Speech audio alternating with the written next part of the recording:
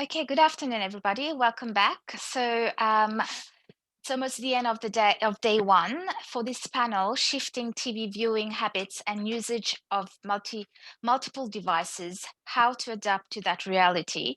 I have the pleasure to welcoming with us today Michael Durham, senior consultant at StarTimes, Louis Manu, co-founder and chief commercial officer at Yflix, Renee Williams, General Manager, Television Content at SABC.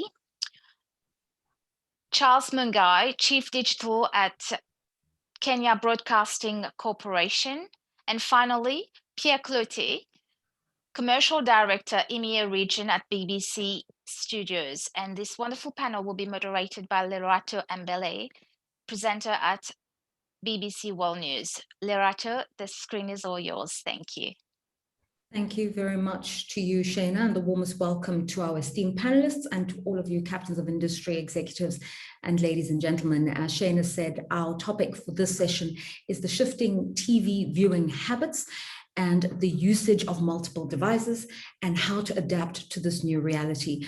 Now, for the last few years, we've heard world leaders talk about the fourth industrial revolution and try to align public policy in such a way that they start to digitize economies all across the world. But what you and I know is that the fourth industrial revolution is already upon us, and it definitely has manifest in the television and broadcast space. What we've seen over the last few years is the migration of television content online and productions moving online, and we've also seen the advent of streaming services. Now, experts will tell you that there's still a place for traditional media, and there's definitely still a place for traditional television viewing. But what OTT has done, over the top media, is it's created convenience, it's created color, it's created change that not only has disrupted the landscape, but has given viewers choices that previously didn't exist. And for our panelists, these choices present opportunities.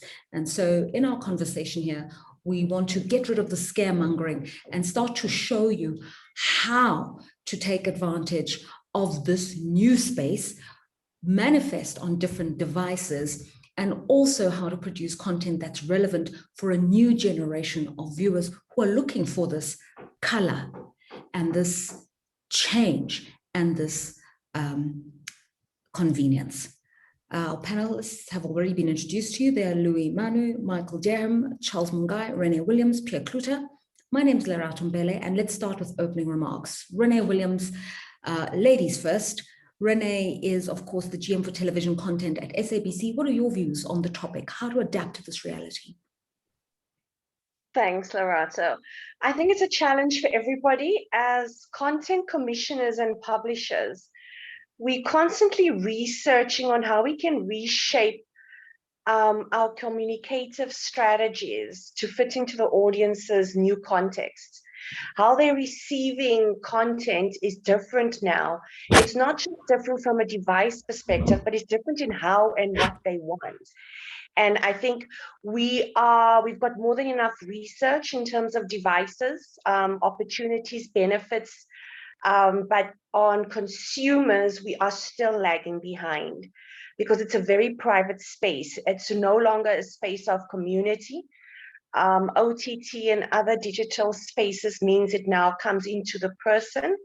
And it is an ongoing struggle to get the correct data. If the data is there, how do you mine it? We are moving, and I'm constantly telling the teams that we work with in South Africa, we're now moving away from a buffet environment. What traditional linear broadcasting is a buffet where people can come in, have a look at what they want and pick it up. On an OTT digital space, we're now moving into an a la carte space where people now have a menu and a choice, how, when, and where they want it. And unfortunately, a lot of business models are still lagging behind. Traditional TV is not out of the window, and I think we're quite a far away from it ending, but we are seeing shift in spend. And when there is shift in spend from advertisers, it forces us to then look at how do we change our business modeling. And that's where we currently are now, is looking at that variation space, how we can still stick to the essence of what content is, but begin to offer this diverse audiences much more in that same piece of content, because we all know there's only so much money in the marketplace. Who's going to get it, when they're going to get it, and how much are they going to get of it is what we're all chasing. Thanks, Lorato. Renee, thank you so much for that perspective. So there is the consumer on the one side, there's the producer on the other side, and then there are the money bags called the advertisers on the other end. Louis Manu, your views on the topic at hand and how to adapt to this changing reality. So thanks for this, Lorato. If you look at 15 years back, you wouldn't really imagine that the way we watch TV for a very long time has actually changed. Sometimes I do ask myself, do people watch TV anymore? Like, you know, put on your gadgets and sit down and watch these stuffs on TV. Because of device mobile penetration that's really gone at a bigger space in Africa and also largely in other parts of the world. There's been a drastic change, and that's a spring up of some platforms like us and some other smaller platforms in Africa and all over the world that has actually come up to develop these OTTV platform that's actually going all over the world.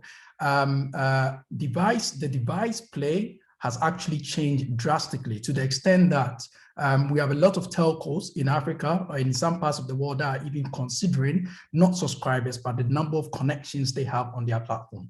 And I think it's going to be a lovely discussion today for us to go deep into understanding how the play has actually affected us, the OTT, and how we actually look at also breaking even in these markets. Right. Data is definitely king, and it's not just about providing a platform, but it's enriching what is served on that platform. So the telcos also come into this conversation. Michael Dearham, can we get a perspective from you? Michael is a senior consultant at StarTimes. I want to just extend on what you said in your opening remarks, Lorato. Traditionally, the television industry was based on a two-tier ecosystem, free-to-air and pay TV. And these ecosystems existed quite comfortably until the advent of the internet. With the emergence of this third online value chain, there are compelling reasons to believe that this new value chain will cause disruptive change. The three reasons for this thinking is, firstly, the streaming of online doesn't require expensive broadcast infrastructure. Video can travel through broadband internet at little or no cost. Secondly, the online ecosystem supports new on-demand viewership patterns which contribute to the demise of appointment viewing. This is a key challenge. Later, we will talk about how prime time is dissolving and what the implications of that is.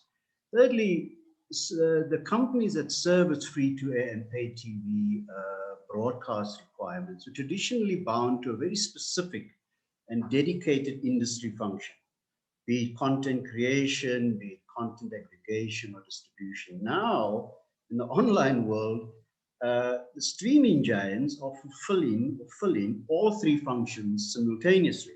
That has an impact as well.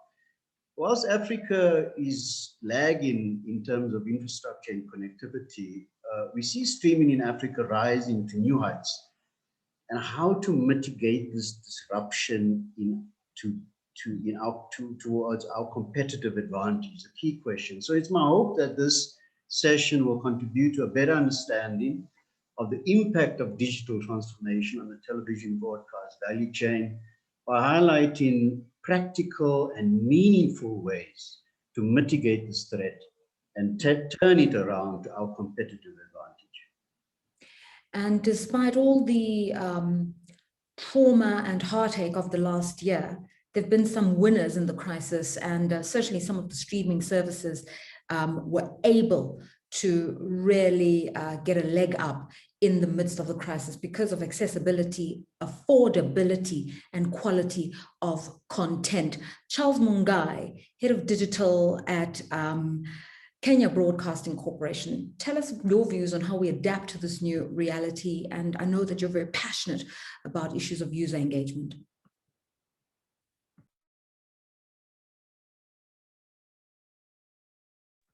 Charles, if you could unmute yourself, please. Classic changing times problem. So yeah, thank you very much, Lerato, and all my fellow panelists, and thank you very much for the team at Nextv to be able to arrange this forum, and all the other people who are joining us. In terms of what we're looking at, in the media industry, we've been sort of the gatekeepers of that phrase of the story, what, when, where, how. And, we're always very keen in reminding people about how to communicate using those 5WH. Turns out that was the very thing that we were gonna get back at us when we talk about the changing landscape in terms of the digital landscape and audiences, because now we've got to think about who giving content to, who we're coming up with the content for, and where they will be, and how they'll be able to access it. And we've got to adapt to, them being able to direct us in the direction that they want to move, and not us being, the only people who can determine where they can consume this content. And the other thing about it is the fact that, in 1994 to about 1997, Time Warner had a very interesting aspect of interactive TV, which sort of, later on they came to accept that, it didn't work. Only to discover that the secret of interactive TV lies in the second screen. And that's where, there is a convergence of mobile, or, the mobile phone and the TV, the leveraging of mobile phone to be able to supplement TV in terms of audience engagement. So that's a big deal, which then brings us now to a conversation that we must have. It started gaining a lot of traction in terms of user or viewer data, because, over and above, when you talk about monetization of TV, definitely there's the aspect of, ads as we know them. And then there's the aspect of programmatic advertising, the use of DSPs and the likes. But then also there's the aspect of the monetization of data, of our audience data, which is also another aspect that we need to think about. And so all this, bring in different aspects of, the changing landscape and the adaptations that we need to be able to come up with to combat that. And I look forward to this very engaging conversation along those aspects. Fantastic. Pierre Kluter, I'm coming to you now to find out about how to adapt to the new reality, because also, like KCB, you're faced with a public broadcast mandate where you've got to ensure, as the BBC, that people across geographies have access to fair and accurate news, and that they can watch or listen. And the advent of the mobile phone should make it easier, but is that necessarily the way in which people want to consume news and entertainment? Thanks, Lerato. Yes, I think and all other panelists, just want to say thanks for joining, and it's a great honor to be with you. My view is that, Mike and myself, we've been colleagues in previous businesses and so on, and I must say that television has really been changing for a long time. I mean, there's been changes taking place since I can remember. And TV media content is a very dynamic and fluid business. It's always been. You have to adapt, you have to change your content to suit your audience. So I believe that the TV and media industry is quite well geared to face these challenges and be able to adapt to it. OTT is definitely more flexible and more fluid because data is more granular. You can get that data very quickly, and you can, if you're a nimble organization, you can react to that data extremely fast. And we have seen this with the BBC, where we have the iPlayer that adapts really quickly to what consumers want, and you can serve up content more specifically for your digital audience. Similarly to that point, we have BBC Three, which is actually a digital offering for the younger audiences, and we've seen that there's actually a TV audience for that, and that channel is migrating back to linear as well, to be a digital and a linear TV. So the real success, in my view, is to be able to adapt to changes and to understand your market very carefully, understand what your audience really wants, and then build and adapt a service that serves them best. In our market, I believe that connectivity is still a barrier. We've seen that connectivity is still a barrier. Mobile can help overcome the barrier, but there's lots of hurdles with mobile operators. So if that can be overcome, I think the digital migration and move will be even faster. But we do see this, and news is also a really interesting topic, because there we have multiple platforms, different consumers consuming on different platforms, and servicing that ecosystem that Mike has spoken about is very important. Yeah, I want to stay with you, and to the point that in this market, Sub-Saharan Africa, connectivity remains a huge hindrance. Now, you're working across the continent and also in the Middle East, and we know that Africa is not a country. It's 54 very different markets and regions. Can you paint a picture for us on how patchy connectivity is? Because if you're looking at Southern Africa, for instance, it has the highest internet penetration. It's got some pretty decent broadband, but people will say, you know, we still need those spectrum auctions. But we've seen this momentum for e-commerce, fintech, and now for media and entertainment streaming. So it depends where you are on the African continent. Can you give us a sense of where the opportunities lie and where a lot of work still needs to be done? Well, you definitely hit the nail on the head, Lorata, with, you know, Africa is not one country. And I think that a lot of people make that mistake. There's so many differences across Africa, and every country is unique. So you have to take every market and every country on its merit. And South Africa still has the highest penetration of broadband in Africa. We've seen the rollout of this connectivity aggressive over the last couple of years, and especially now with COVID and the pandemic, it's escalated. More and more people are getting into the broadband space. Fiber to home is rolling out quick. But we do see challenges in the rest of Africa. Nigeria is actually doing really well. There's a good big uptake in Nigeria. Ethiopia, Tanzania, Kenya's countries are making big progress in this space.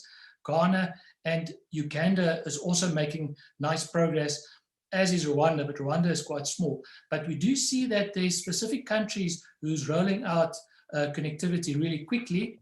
And I think the question with connectivity is going to be that hybrid between fixed connectivity and mobile connectivity through 4G and 5G connectivity that will probably leapfrog some of the older linear and fixed line technologies. I think we're also going to have to manage some anxieties around 5G, but that's a conversation for another day. Louis, I want to bring you into the conversation now to get a perspective from West Africa, because essentially that's where you began your business. And what we see there is a really dynamic, vibrant market because of Nollywood and the film industry, because of pay TV and subscription channels and private media. Just in terms of internet penetration in a big market like Nigeria and indeed in West Africa, where do the opportunities lie, and what is the level of adaptation still required? Okay, that's a very good one. So if we, as we stand right now, what basically we do from our side is to look at the economics of scale, or basically look at the economic state of every single country, because as you widely said, huge numbers in the different countries, different economic factors, different internet penetration. So basically what we look at is to be a very great, powerful platform to succeed in monetization, succeed in, you know, content penetration and a whole lot of stuff with respect to our kind of OTT outreach. Basically, what you as an OTT player, what you want to look at is look at for a specific country the device penetration, because that's basically where you want to stand, because we know clearly that telecoms are basically the blueprint to the success of mass rollout of products in Africa, especially digital products. They've got a massive layout out there. They've been able to touch a lot more customers, so we pick a lot of data from there as well. So you look at the device penetration in most of these countries, Nigeria, Ghana, we're predominantly in Nigeria, Ghana, and Kenya, and we're looking at some other markets as well. But basically the first step is to go deep into the device penetration to know how many devices can you touch at a go. Where do you stand with your device split? If you want to do TV everywhere, which is basically where you need to start from, how many devices can you touch at a go? When you take that one aside, look at the internet penetration as well. I mean, there's one thing somebody having a smartphone, the other thing the same person being able to afford a bundle to use on the device. There's this thing that went around about 2 weeks ago on social, which was basically it talks around the cost per gigabyte per these countries. Nigeria stands around like $2.50. Ghana is around like $1 something, and it goes way up to, you know, sometimes $6, $7, $8 per country, which is really, really, really huge, because for an average person to be able to watch a normal content, let's say to consume as normal as an average customer, you'll be looking at somewhere between 50 to 70 gigabytes a month, and that could cost the person around $50 an app. If you look at that pricing compared to the price that a person would have bought access to a specific platform, take my platform to be an example, around $6 to get on the platform, plus your $50 to have access to content and stream at any time. That is really a huge cost that comes in play in that regard. So you look at your device, you look at internet penetration per that region, and then you also look at your onboarding process as well.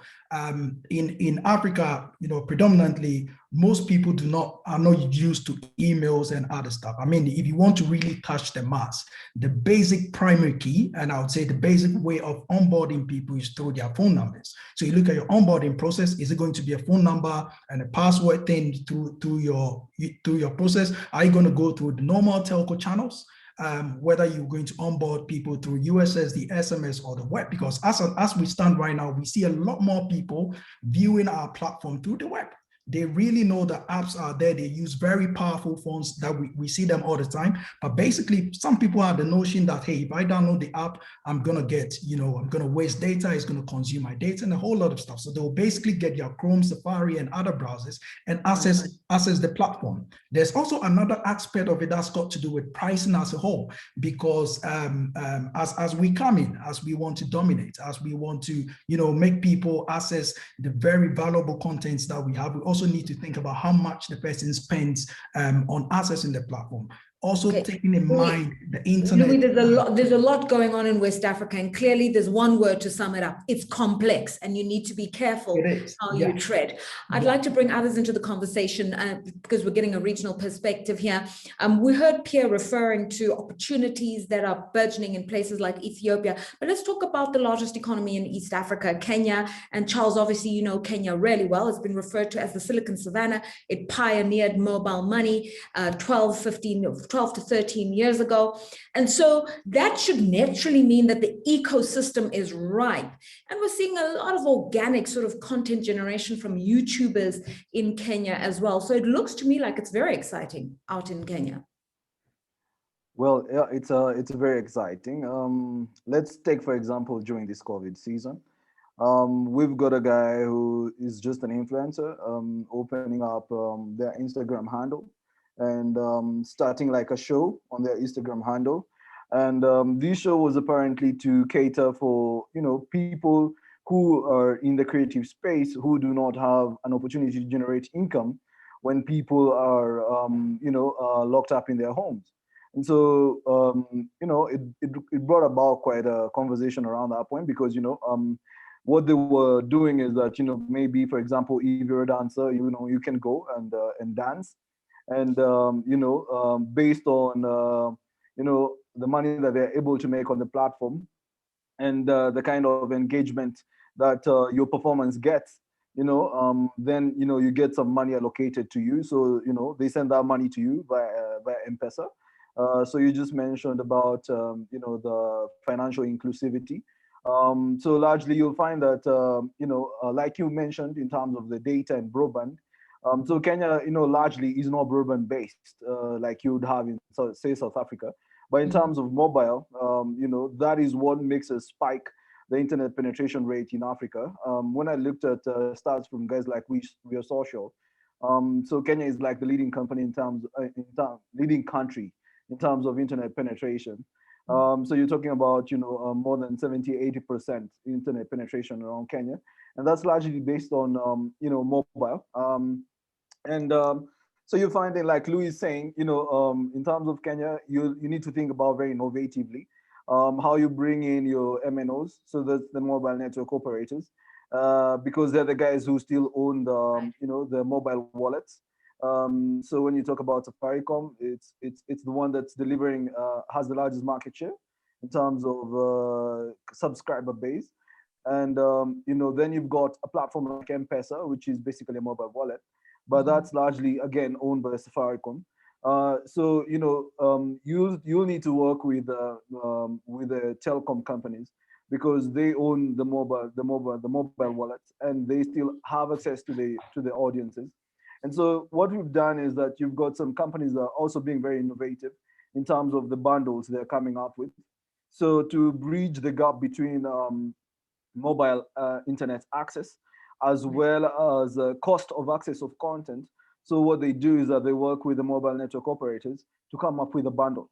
And so what this bundle looks like is that, so you've got this bundle, and that gives you access to content on particular platform, as well as it gives you a locked kind of bundle to access that platform. So initially, say for example, the company that initially that sort of started working in this kind of arrangement was Facebook, right? And I've seen a lot of other companies now that are offering content to users copying from this playbook, whereby they negotiate with the mobile network operator and be like, okay, so if we've got a user who's trying to access our platform, they can be able to get this kind of bundle.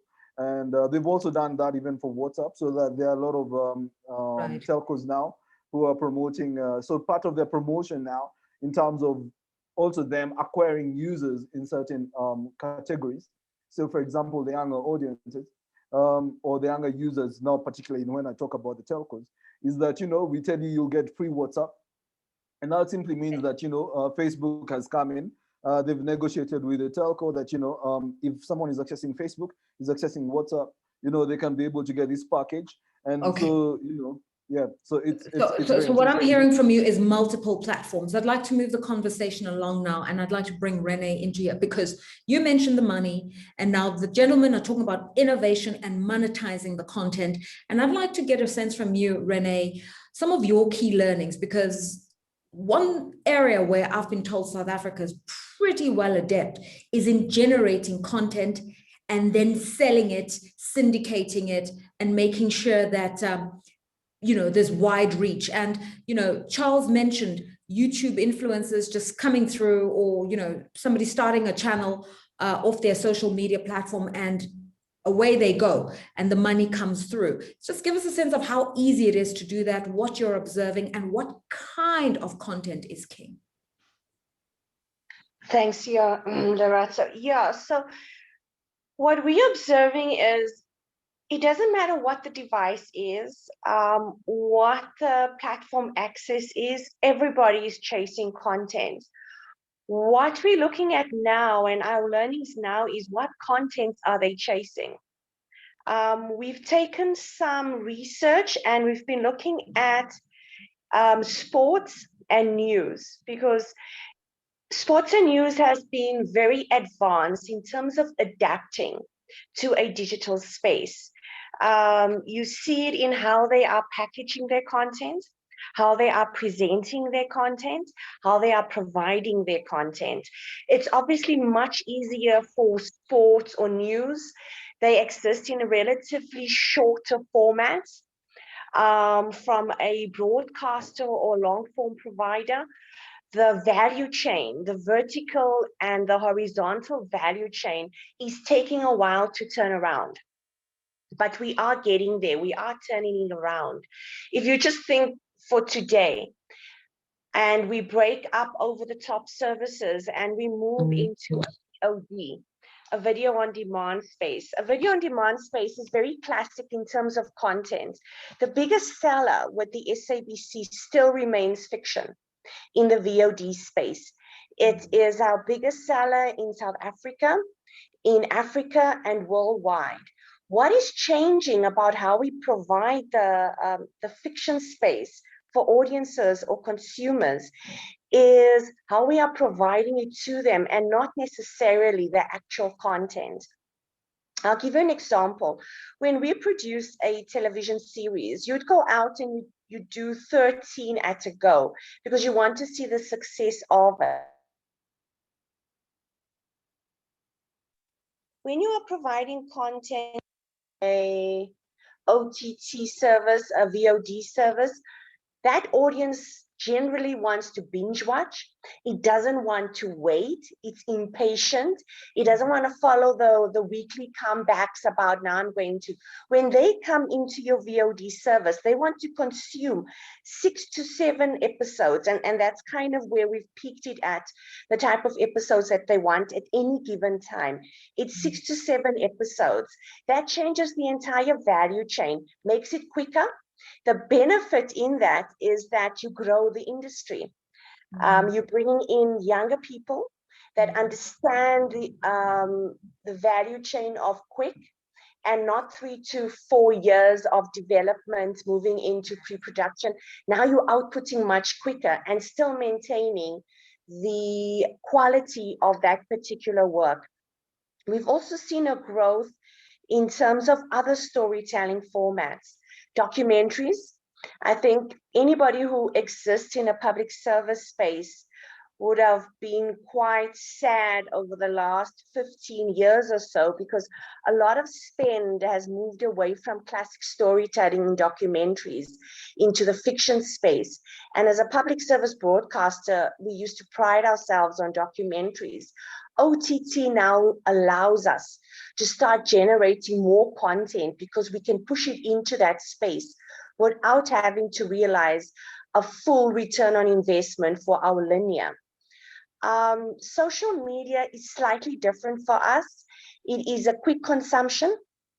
And I think a lot of the speakers have spoken to that. Africa is struggling with data. Sadly, South Africa is probably the country that pays the most for data compared to any other African country. I think it is sad. We are still a developing country. We are part of Africa. But what that means is a lot of our audiences, our primary audiences, will still struggle to get access to data. What you don't want to create is a situation where economy again determines access and universal access. And I think that's where social media is finding that sweet spot.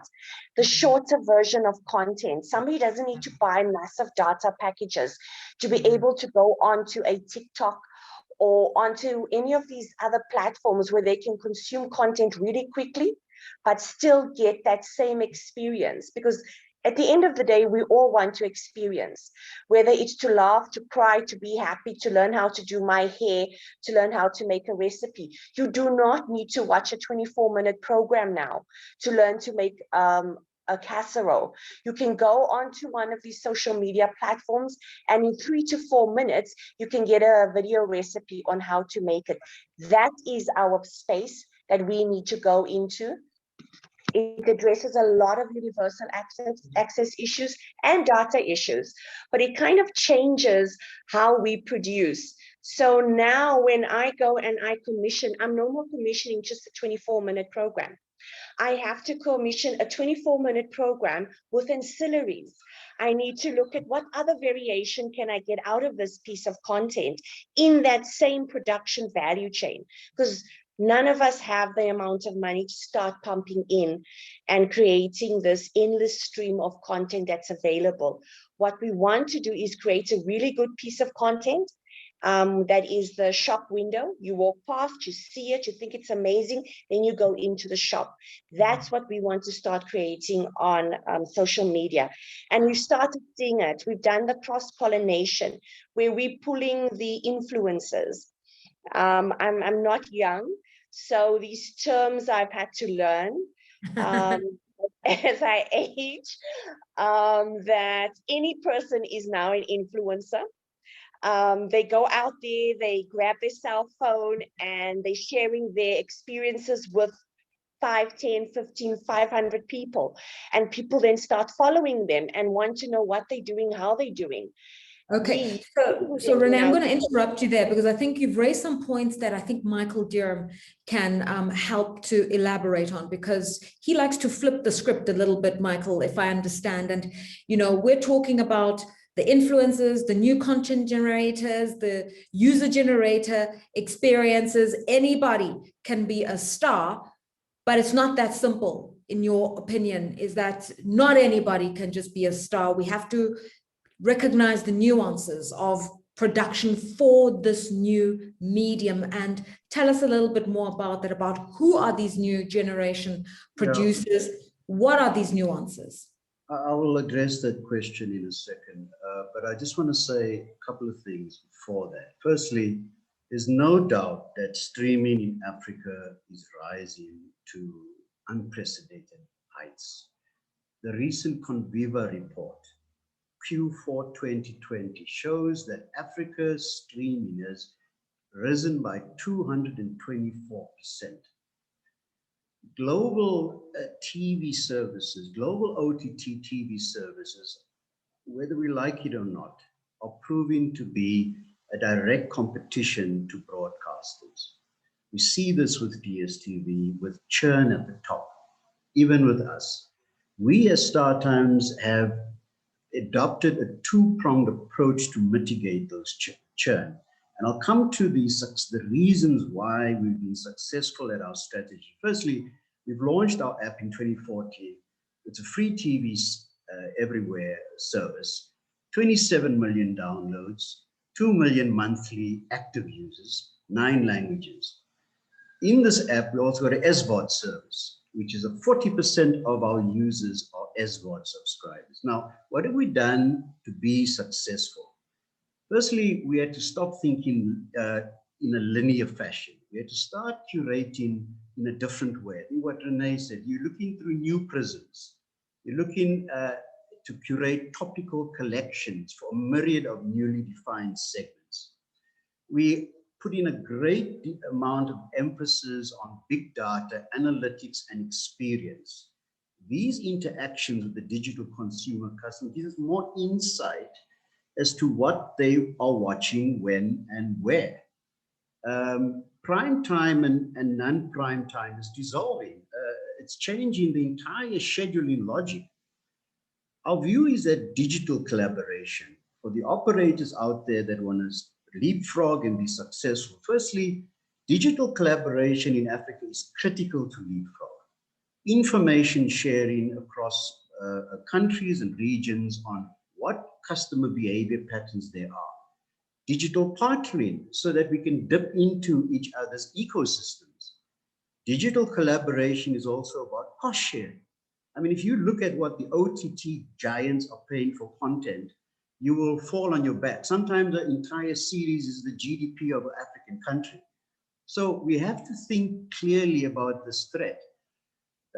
We've also embarked on a strategy to diversify customer touchpoints. So it's not just AVOD or SVOD. We've moved into the e-commerce section in terms of diversification because it's a new ecosystem. And then you have content production. What Renee was talking about is very important. Content convergence is a response to technical convergence. So digital customers want to interact. They're no more passive. They want to interact with all kinds of content through any type of platform. Intelligent content, interactive, what Charles or Louis was talking about, is the foundation of customer experience. To get intelligent content, you need to factor in metadata, which is data about data. Metadata makes content smart. So if you have a producing content in this content, you have to start thinking through a prism of how to include content management systems in your work. Content management systems and integrating artificial intelligence in that CMS that allows you to automatically image tag. A CMS can direct content to a delivery channel automatically. It's not a painstaking manual thing. Inspired media. My message to our listeners is that in the digital world, good enough products do not work, do not survive on the internet. Your product has to be inspired. It must be unique, it must be niche, it must be targeted, it must be passionate. But if you have a weak analog production foundation, digital cannot be that silver bullet. You have to strengthen your analog foundation. The adage content is king is no longer relevant. I disagree that content is king is relevant. The new adage is 100% owned content is king. You have to own your content. Your copyright has to be yours. Attention economy. You know, in Africa, we've always had this problem of distribution. We don't have this problem of distribution anymore. The new problem we have now is attention. How can you get people to watch your content? We call it the attention economy. Because in the digital world, the act of merely giving customer your content or information about it is not enough. You need to push that information aggressively in front of the customer at the exact moment that their needs are generated. What is called contextual omni-channel marketing. So I think these things have allowed StarTimes to mitigate the threat. And there's a lot of lessons in there for the new content producers. Your before you only had one kind of content producer, you're professional. Now you've got two others. You've got your professional amateur and you've got your amateur. The professional amateur is making for YouTube and making loads of money. The amateur is the guys who go to weddings and parties and take a little clip and it goes viral. Now, we have to think as Africa, how do we support our pro-amateur and our amateur content producers? They're making amazing stuff. I mean, the kind of short form TikTok, YouTube, UGC fan content, live social, gaming, esports. It's a myriad of content types. I believe, and this is my final word on this, on the levers section of our discussion, I believe that we should look deeply into the YouTube model. YouTube has a model called MCN, multi-channel network. MCN helps these pro-amateur producers to make their content, offering them studios, edit time, marketing support, data support. If we have an African version of that, regionally based, maybe linked to data centers in some way, can you imagine how we can prolifically arise and have an established African brand for our content and services? Thank you so much for that, Michael. It was so comprehensive. And okay, no more content is king. 100% owned content is king. Pierre, I'd like to bring you into the conversation now, and I'd like to take us into the devices element of the topic at hand. Not everything can be watched on a tablet or a mobile phone. Some experiences are best enjoyed in front of your big TV screen. Can you just talk us through the different ways in which devices influence the kind of content that people want to consume? And again, talk us through the demographics that we're seeing. It's a young continent, Africa. Very true there, Loretta. We are a very young continent, and it is a multiple device environment. And, you know, we have seen across the board, and I'm sure my other fellow panelists will agree with me, that people will always divert to the biggest and best screen they have available. So if you, in your lounge, you will gravitate to your big screen and put that on for your prime content. You'll still probably use your smaller screen for other functions, and the new age and younger generation can do multiple screens. They're not like us, the older guys, who can only watch one thing at a time. They can watch many things at once. So, you know, the intention is very different, and how to use these devices very differently. And that's why the content is so different on the different devices. You know, it's not a one size fits all. You need to have a very clear strategy for what you're doing. If you are in the TV space, and you're in the video on demand space, and you're in the OTT space, you can't use the same strategy. You actually need to have a separate strategy for each thing you're doing. And I think that's really important. Now, I want to also just touch on the fact that, you know, OTT services are quite interesting. They're also not all the same. And I think sometimes we get a bit confused that, you know, if you're an OTT, you're an OTT. But, you know, there's actually quite a lot of difference between different OTT services. And Mike has obviously mentioned a lot of them, especially YouTube is very different to Netflix or Showmax. But when you look at paid OTT services like an SVOD service, even there are differences. You have Netflix, Showmax, Amazon, Hulu. They are general services. They want to appeal to a large amount of people, different demographics. And you were asking about demographics. And, you know, they're trying to target wider demographics, especially in other markets like the US. They want to really target big audiences. Where you get the specific SVOD services like The Zone, which is a sports service, are only really targeting the boxing and very specific audiences out there. Disney Plus, they're going for the younger audiences. I mean, Disney Plus is so successful, but they know who they're targeting. It's not the full audience, it's a younger audience. And the same with BritBox that we're launching in this market. We are very specific. We're not going for a wide audience. So you get the wide services, you get the narrower services, and you need to know which one you're in and what you want to hit, which target are you really looking at. So that's really important, and they all differ. You know, not all the audiences are the same on OTT either, same as not all the audiences are the same on television. So, you know, it's a similar principle that you need to understand. Louis, I've seen you nodding when Renee was speaking, when Mike was speaking, when Pierre is now talking. I think you want to say something about content generation, how to monetize it, and also how to understand new audiences. Okay, great. So monetization of content is no ordinary process like what actually happens in the West and some other places where you can easily go for your either AVOD, SVOD, or even TVOD. Basically, in the area where we're from, several factors needs to be considered. With respect to some of the markets that we are preview to, you need to, after just having a view of your audience, especially, I'll just give an example here. Ghana and Nigeria would basically, it runs in, you know, you have the high income customers, middle and low income, where the high incomers would be, let's say 3 to 5% of the market, mid is 15 to 25. You would find the low incomes being, you know, 70 to 80% of the market.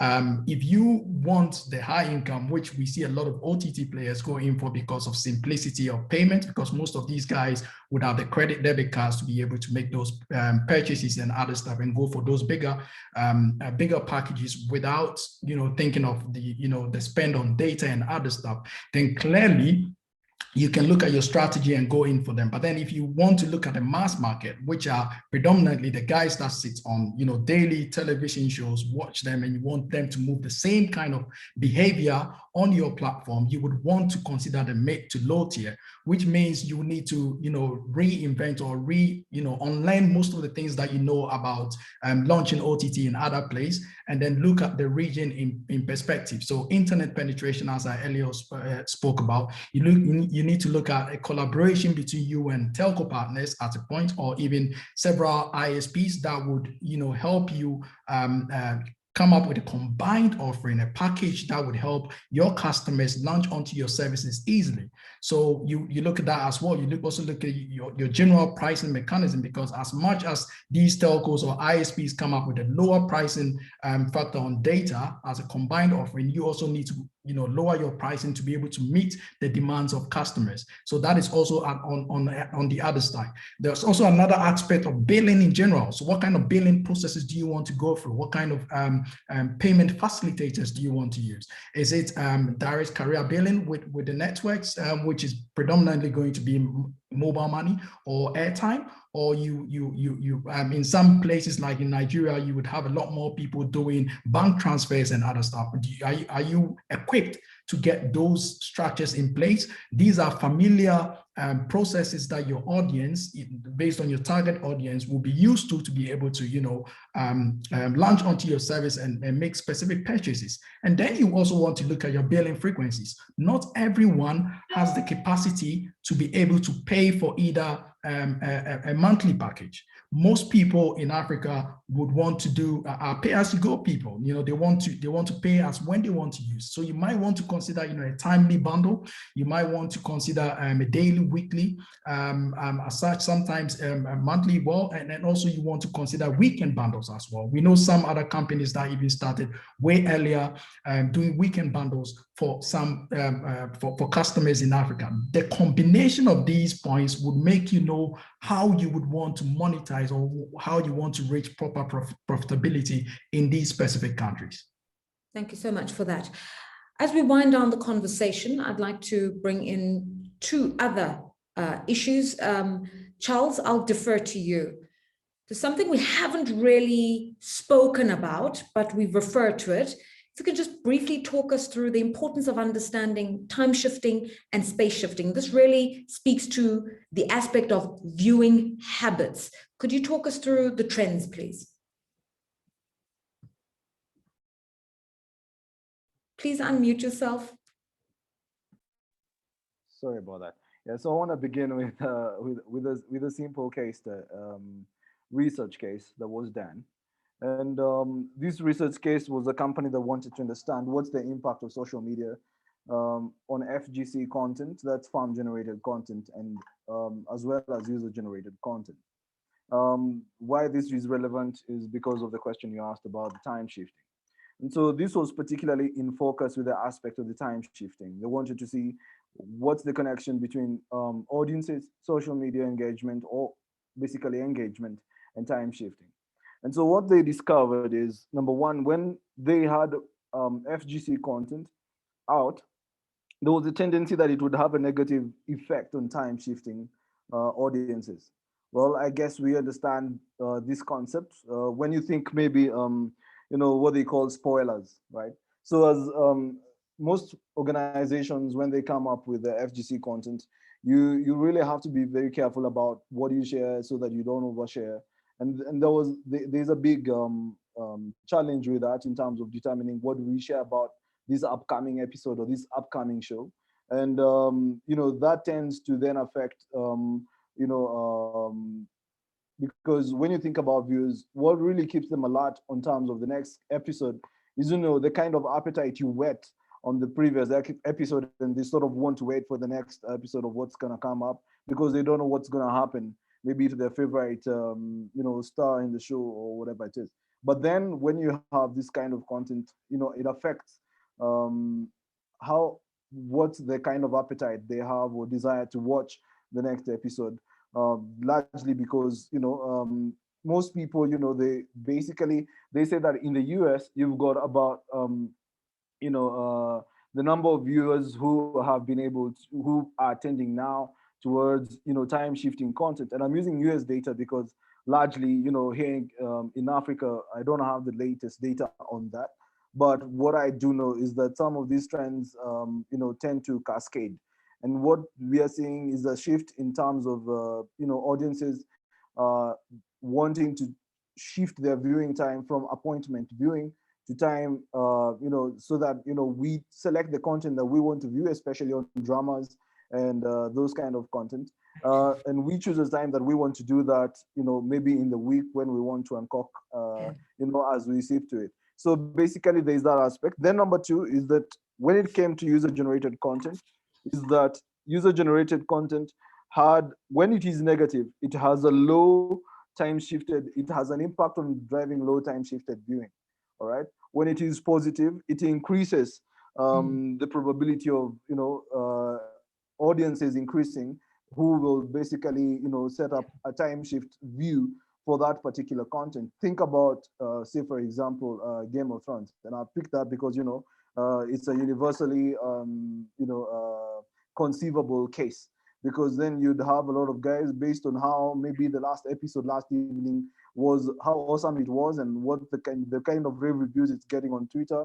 Then that will determine, whether we basically decide, here in Africa, we are going to basically look for a free streaming website to basically download that content and watch it at a later time. And so with that case, I felt would be extremely relevant in terms of when we think about the time shifting versus appointment viewing trend. Yeah. Okay, thanks so much. Okay, so lady and gentlemen, we've got literally 5 minutes left. So I'd like you all to just think about a 40-second thought that you'd like to leave us with. However, Michael, very briefly, I want to bring to you two things. What are we going to do with the regulators who are not really working fast enough to create this internet access for all people? I mean, we know the spectrum wars, in inverted commas, in Southern Africa, but also here's a question. Do you think the telcos could be doing much more to speed up increased connectivity on the continent? If you could answer those two for us briefly.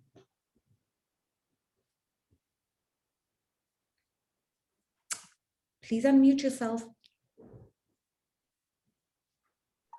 The regulatory challenge is multi-pronged. Our regulatory action is not keeping pace with the commercial imperatives and the development imperatives facing us in Africa. Regulation, as it pertains to electronic transactions, consumer protection, privacy and data protection, cybercrime, the highly concentrated nature of our media and broadcast sector in many countries, and digital education in schools. I think these are the key pivots that I think, if dealt with, will unleash effective competition, customer choice, diversity, innovation. Telcos have been under a lot of pressure during COVID to be able to deal with alternative communication, imperatives like this, and the pressure of the health service in terms of communication.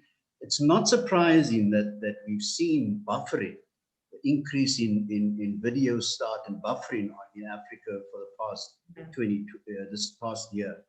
But I think, yes, they have got a lot to contribute in terms of their customer databases, personalizing their services to customers, working with local operators toward content sophistication and improve customer service. It's a big topic, and I think that I've merely given you a drive-by, but I think there's myriads of ways to digitally collaborate with telcos to ensure more efficiency in our business at non-linear level. Well, you've given us food for thought. We've literally got 3 minutes left. So 30 seconds, each person, please, a closing thought. Renee, I know you can do it, so I'm going to start with you. Thank you so much, Lorenzo, to you and the panel. I don't see it as a competition. I believe that we're offering audiences a lot more, whether it is on linear or non-linear, whatever device it is, we chase the consumer and not the device. Thanks. Thanks so much. Louis, over to you. The quickest thought to leave us with. Okay, so the way we watch TV in general has drastically shifted. I think the change is forcing advertising companies, news companies, and OTT companies to adapt and become, better and have a more creative way of reaching their customers. Charles? I think when we think about our audiences, we must also be alive to the fact that their time schedules now have changed. Post-COVID, there are certain things that are going to remain. Working from home is going to remain. Remote working and remote recruitment is going to remain. And that means that, a lot of the audiences that we're targeting now, we have to adapt to the fact that our content now, like Michael was saying, there is nothing more like prime time. especially with the digital platforms. So we need to think about how can we ensure that the content consumption habits, we adapt to those. Pierre, the last word is yours. Yeah, I think the most important thing is your audience, understand who they are and who then you want to compete against as an OTT service. What are your USPs and your content USP? What's your promise and the experience you want to give your consumer and at what price? So, those main aspects are really important. So think about your product, think about your service and your audience. And I think that's a good place to leave it. You've been watching the panel, Shifting TV Viewing Habits and the Usage of Multiple Devices, How to Adapt. We hope we've helped you. Cheers.